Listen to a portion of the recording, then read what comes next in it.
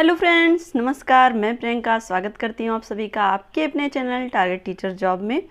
दोस्तों, आज हम आपका सामाजिक अध्ययन विषय का प्रश्न पत्र हल करेंगे। ये है आपका 2017 का हल प्रश्न पत्र। तो चलिए देखते हैं। इसमें आज हम देखेंगे आपके वस्तुनिष्ठ प्रश्न और अति लघुत्तरीय प्रश्न। दोस्तों, आप लोग का ये बार बार कहना था कि मैम आप प्रश्न हल करवाइए, तो हम पहले ये चाहते थे कि आपका सिलेबस कंप्लीट हो जाए, चाहे वो हिंदी का हो या फिर सामाजिक अध्ययन का। तो दोस्तों, आपके ये दोनों विषय के सिलेबस कंप्लीट हो गए हैं, जिसकी लिंक आपको डिस्क्रिप्शन में मिलेगी। साथ ही आपको इस चैनल के प्लेलिस्ट में भी वो सारे लिंक अवेलेबल हैं। तो दोस्तों, आप डिटेल स्टडी के लिए वो सारे वीडियो जरूर देखें। उसके बाद जब आप पूरी डिटेल वीडियो देख लेंगे दोस्तों, तो आपको ये सारे क्वेश्चन बहुत आसान लगने लगेंगे, क्योंकि हम वहाँ पर डिटेल में स्टडी कर चुके हैं। तो चलिए देखते हैं। इसमें पहला क्वेश्चन है, अकबर के दरबार के प्रमुख संगीतकार थे अबुल फजल, बीरबल, राजा टोडरमल और तानसेन। तो दोस्तों, यहाँ पर देखिए, इसका जो सही आंसर होगा तानसेन। यहाँ पे दोस्तों किसकी बात हो रही है? संगीतकार की। तो संगीतकार इसमें कौन है? तानसेन है। क्लियर। अब हम चलते हैं दोस्तों, यहाँ पर दूसरा क्वेश्चन है कि पानीपत का युद्ध किसके किसके बीच लड़ा गया। तो दोस्तों, यहाँ पर देखिए, आपका ऑप्शन है बाबर और इब्राहिम लोदी के बीच, बाबर और राणा सांगा के बीच, बाबर और मेदिनी राय के बीच, और बाबर और अफगान सरदार के बीच। तो दोस्तों, यहाँ पर ध्यान आप देंगे कि जब हम लोग सबसे पहला चैप्टर बाबर के विषय में पढ़ रहे थे, तो वहाँ पर हमने देखा था कि बाबर का युद्ध जो हुआ था वो इब्राहिम लोदी के साथ हुआ था। पानीपत का प्रथम युद्ध 1526 ईस्वी में। और इस पे हमने आपको ट्रिक भी बताई थी कि बाबर आया, खाना खाया, पानी पिया, चांद देखा। ये वाला ट्रिक आपको बताया था। तो आप अगर डिटेल स्टडी नहीं किए हैं तो लिंक सब आपको पूरी प्लेलिस्ट डिस्क्रिप्शन में मिल जाएगी। आप पूरा डिटेल से पहले स्टडी कर लीजिए। तो दोस्तों, इसका जो सही आंसर होगा वो आपका हो जाएगा बाबर और इब्राहिम लोदी के बीच। क्लियर। तो चलिए देखते हैं। नेक्स्ट क्वेश्चन है आपका, सिराजुद्दौला क्लाइव के बीच लड़ा गया प्लासी का युद्ध, बक्सर का युद्ध, प्रथम मैसूर युद्ध, और यहाँ पर देखेंगे दा है आपका कर्नाटक युद्ध। तो दोस्तों, यहाँ पर देखिए, आपका सिराजुद्दौला क्लाइव के बीच 1757 ईस्वी में प्लासी का युद्ध हुआ था। क्लियर। यह आपका हो जाएगा आंसर आ। अब हम चलते हैं दोस्तों, यहाँ पर सहायक संधि प्रणाली का प्रयोग किया Lord Cornwallis, Lord Wellesley, Lord Hastings और लॉर्ड विलियम बेंटिक। तो दोस्तों, यहाँ पर सहायक संधि की अगर हम बात करें तो सहायक संधि आपको पता है कि जब हम लोग सारे जो भी अंग्रेज गवर्नर और जो भी अंग्रेज वायसराय जो भी आपके सिलेबस में महत्वपूर्ण है, उनके विषय में हमने डिटेल से पढ़ा है। तो यहाँ पर सहायक संधि प्रणाली की बात हो रही है। तो हम लोग जानते हैं कि सहायक संधि प्रणाली का प्रयोग किसने किया था? लॉर्ड वेलेजली ने। यह आपका सही आंसर हो जाएगा। यहाँ पर देखिए, क्वेश्चन नंबर 5 है कि प्रसिद्ध गिरवन कहाँ स्थित है? गुजरात, अरुणाचल प्रदेश, मध्य प्रदेश और उड़ीसा। तो दोस्तों, गिरवन, ये आपका आंसर सही हो जाएगा गुजरात। क्लियर। पर है, रबड़ किस प्रकार के वनों का वृक्ष है? मानसूनी वन, सदाबहार वन, मरुस्थलीय वन और ज्वारीय वन। तो दोस्तों, जब हम लोग वनों के विषय में पढ़ रहे थे तो वहां पर हमने पढ़ा था जो रबड़ होता है वो सदाबहार वन का वृक्ष होता है, जहाँ पे वर्षा 200 सेंटीमीटर तक की होती है। अब हम देखेंगे, यहाँ पर है आपका नंबर 7 नंबर का क्वेश्चन है कि चिपको आंदोलन संबंधित है वनों की रक्षा हेतु, जल संरक्षण हेतु, ऊर्जा संरक्षण हेतु और उपयुक्त में कोई नहीं। तो दोस्तों, चिपको आंदोलन में हमने देखा था कि चिपको आंदोलन जो था उसमें वृक्षों को बचाने के लिए लोग, जब सरकार के आदमी जब वृक्षों की कटाई करने के लिए आते हैं तो वहां पर सारे लोग वृक्ष से चिपक जाते हैं, क्योंकि वहां पर उन्हें वृक्षों को बचाना था। तो ये चिपकने का क्या मतलब? यहीं पर चिपकने के अर्थ से ही ये लगाया गया चिपको आंदोलन। क्लियर। तो ये आपका हो जाएगा किससे संबंधित है? वनों की सुरक्षा से। क्लियर। आगे हम देखें, नंबर 8 पर है, वित्त विधेयक प्रस्तुत किया जाता है केवल लोकसभा में, केवल राज्यसभा में, दोनों सदनों में और उपर्युक्त में से कोई नहीं। तो दोस्तों, यहाँ पर आपको जब हम लोकसभा और राज्यसभा के विषय में पढ़ रहे थे तो हमने आपको बताया था कि वित्त विधेयक जो होता है वो केवल लोकसभा में प्रस्तुत किया जाता है। तो इसका सही आंसर क्या हो जाएगा? इसका सही आंसर हो जाएगा आ। यहां पर देखिए क्वेश्चन नंबर 9 है, केंद्र सूची का विषय नहीं है रेलवे, बैंक, विदेशी मामले, इस पे है शिक्षा। तो दोस्तों यहां पर देखिए केंद्र सूची का विषय इसमें कौन सा नहीं है? रेलवे है, बैंक भी है, विदेशी मामले भी हैं। इसमें जो शिक्षा है वो समवर्ती सूची का विषय है। जब हम आपको सूची पढ़ा रहे थे तो इसमें हमने डिटेल से ये सारी चीजें पढ़ाई थी। तो चलिए देखते हैं आगे। राज्यसभा की सदस्यता के लिए उम्मीदवार की आयु होनी चाहिए। राज्यसभा की बात हो रही है दोस्तों यहाँ पे। तो राज्यसभा के लिए जो उम्मीदवारों की आयु होनी चाहिए वो कितनी होनी चाहिए? 30 वर्ष। और इसी तरह से अगर हम बात करें लोकसभा की तो 25 वर्ष। क्लियर? आगे हम चलें। भारत ने अपनी मंत्रिमंडलीय प्रणाली किस देश से ली है? आ ब्रिटेन, बा अमेरिका, सी यहाँ पे सा देखेंगे तो चीन है, दा है रूस। तो दोस्तों यहाँ पर मंत्रिमंडलीय प्रणाली जो ली गई है वो ली गई है ब्रिटेन से। यहाँ पे देखिए क्वेश्चन नंबर 12 है, राज्यसभा का सभापति होता है भारत का उपराष्ट्रपति, राज्यपाल, प्रधानमंत्री, सर्वोच्च न्यायालय का मुख्य न्यायाधीश। तो दोस्तों यहाँ पर देखिए राज्यसभा का जो सभापति होता है वो भारत का उपराष्ट्रपति होता है। क्लियर? और दोस्तों भारत का उपराष्ट्रपति ही राज्यसभा का सभापतित्व करता है। और दोस्तों इसको यहाँ पर जो वेतन मिलता है वो उपराष्ट्रपति का ना मिल करके वो उसे राज्यसभा के सभापति का ही वेतन मिलता है। क्लियर? यहाँ पर चलिए क्वेश्चन नंबर 13 पर देखते हैं, निम्न में से कौन जोड़ा गलत है? सहारा मरुस्थल अफ्रीका, थार मरुस्थल दक्षिण अमेरिका, सोनोराम मरुस्थल उत्तरी अमेरिका, महान विक्टोरिया ऑस्ट्रेलिया। तो दोस्तों यहाँ पर देखिए थार का मरुस्थल आपको पता है कहाँ है? ये हमारे देश में है।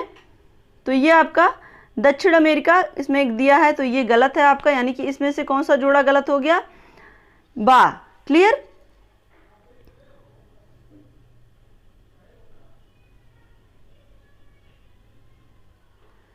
अब हम चलते हैं दोस्तों यहाँ पर क्वेश्चन नंबर 14 की तरफ। रेगुलेटिंग एक्ट पारित किया गया 1773 ईस्वी में, 1784 ईस्वी में, 1793 ईस्वी में और 1813 ईस्वी में। तो दोस्तों रेगुलेटिंग एक्ट आया था 1773 ईस्वी में। तो इसका सही आंसर हो जाएगा आपका यहाँ पर आ। 1773 ईस्वी में रेगुलेटिंग एक्ट पारित किया गया। अब यहाँ पर देखिए कंगारू पाए जाते हैं, बहुत ही अच्छा क्वेश्चन है। यूरोप महाद्वीप में, ऑस्ट्रेलिया महाद्वीप में, एशिया महाद्वीप में और अफ्रीका महाद्वीप में दोस्तों कंगारू पाए जाते हैं ऑस्ट्रेलिया महाद्वीप में। दोस्तों इसीलिए आपने देखा होगा क्रिकेट टीम जो ऑस्ट्रेलिया की क्रिकेट टीम है उसको लोग कंगारू बुलाते हैं। कभी आपने ध्यान से सुना होगा क्रिकेट वगैरह के बारे में, तो ये सारी चीजें आपने ध्यान दी होगी कि उनको कंगारू, क्योंकि वो कंगारुओं का देश है। क्लियर? यहाँ पर देखिए अति लघुत्तरीय प्रश्न अब हम देखेंगे। आपका वस्तुनिष्ठ प्रश्न समाप्त हो गया है। यहाँ पर देखिए पहला क्वेश्चन है, बाबरनामा किसके द्वारा लिखी गई है? तो दोस्तों ये भी हमने आपको बताया है जब हम डिटेल से स्टडी कर रहे थे कि बाबरनामा बाबर की अपनी आत्मलिखित कृति यानी कि उसकी अपनी आत्मकथा है। क्लियर? अब यहाँ पर देखिए क्वेश्चन नंबर 17 है कि किसान, यहाँ पे कबूलियत किसे कहा जाता है? किसानों द्वारा अपनी भूमि एवं उस पर देय लगान का विवरण सरकार को लिखित रूप से देने को क्या कहते हैं? कबूलियत कहा जाता है। और यहाँ पर देखिए क्वेश्चन नंबर 18 है कि हल्दी घाटी का युद्ध कब और किसके बीच हुआ था? तो दोस्तों हल्दी घाटी का युद्ध 18 जून 1576 ईस्वी में महाराणा प्रताप और अकबर के बीच हुआ था। क्लियर?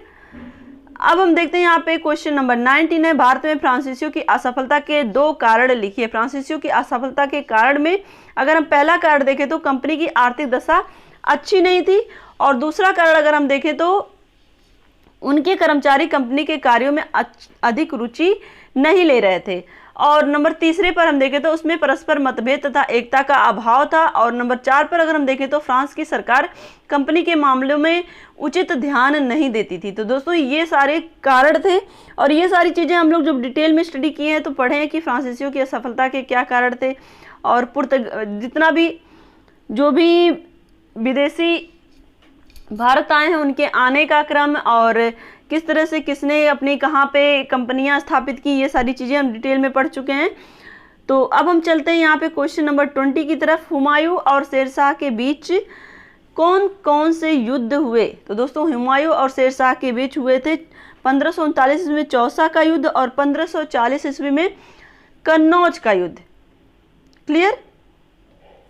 ये आपके दो महत्वपूर्ण युद्ध हैं। अब हम चलते हैं दोस्तों क्वेश्चन नंबर 21 पर।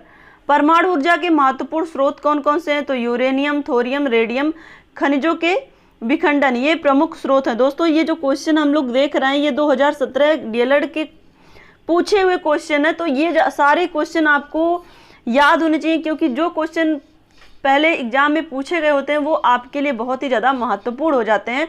तो जितने भी क्वेश्चन हम लोग पढ़ रहे हैं ये सारे क्वेश्चन आपको लर्न हो जाने चाहिए। क्लियर? तो यहाँ पर परमाणु ऊर्जा के मुख्य स्रोत हैं यूरेनियम, थोरियम और रेडियम, खनिजों के विखंडन के लिए। तो अब हम देखते हैं क्वेश्चन नंबर 22 है, धात्विक पदार्थ के 2 उदाहरण दीजिए। इसमें धात्विक पदार्थ हैं लोहा, तांबा, टिन, जस्ता, सीसा, चांदी, सोना आदि। और हम देखेंगे अब क्वेश्चन नंबर 23। क्वेश्चन नंबर 23 है कि टुंड्रा प्रदेश में चलने वाली बर्फीली हवाओं को क्या कहा जाता है? तो दोस्तों यहाँ पर जब हम लोग डिटेल में स्टडी किए थे टैंगा और टुंड्रा के बारे में हमने आपको बताया था।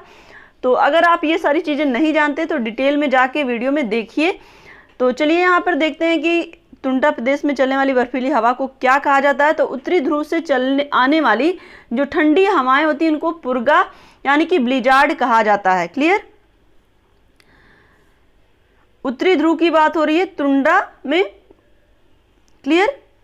जो भी हवाएं चलती हैं उनको पुर्गा और ब्लिजार्ड, यानी कि कहीं अगर आपको पुर्गा मिले या फिर ब्लिजार्ड मिले तो दोनों चीजें सेम हैं। क्लियर?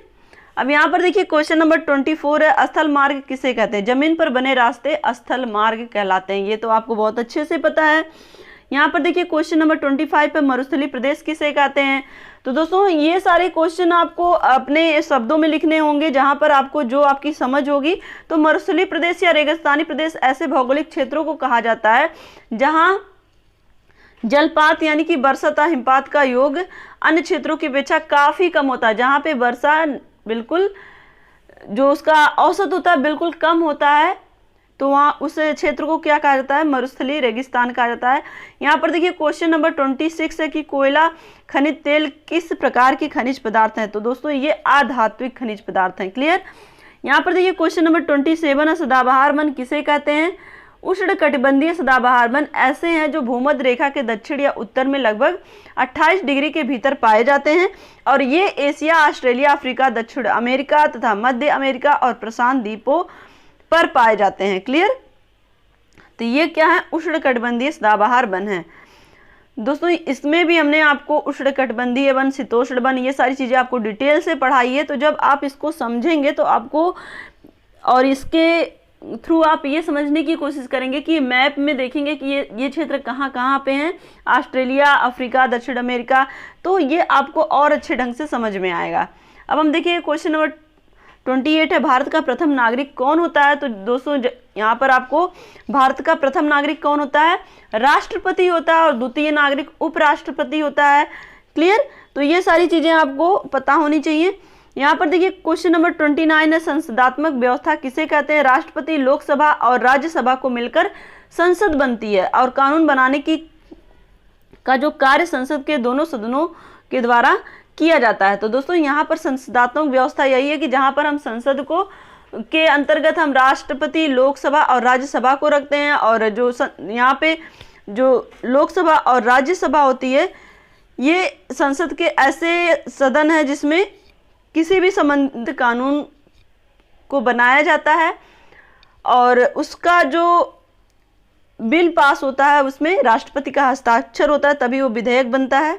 30 है, राज्यसभा के कितने सदस्यों को राष्ट्रपति द्वारा मनोनीत किया जाता है? यहाँ पर देखिए राज्यसभा के 12 सदस्य राष्ट्रपति के द्वारा मनोनीत किए जाते हैं।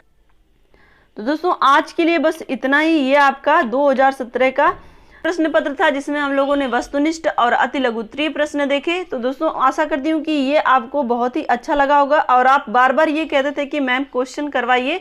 तो सबसे पहले हम विगत वर्षों के क्वेश्चन देख लेते हैं, तब फिर हम लोग सीरीज पढ़ना शुरू करेंगे, जिससे हमें ये आइडिया रहेगा कि किस तरह के क्वेश्चन पहले पूछे जाते हैं और उसके बाद हम लोग और अच्छे ढंग से सीरीज के माध्यम से भी तैयारी कर लेंगे, क्योंकि हम लोग डिटेल में तो पढ़ ही चुके हैं। तो जिससे ये होगा कि हमें कहीं से भी कुछ भी क्वेश्चन पूछा जाएगा तो हम उसका उत्तर देने में सक्षम रहेंगे। क्लियर?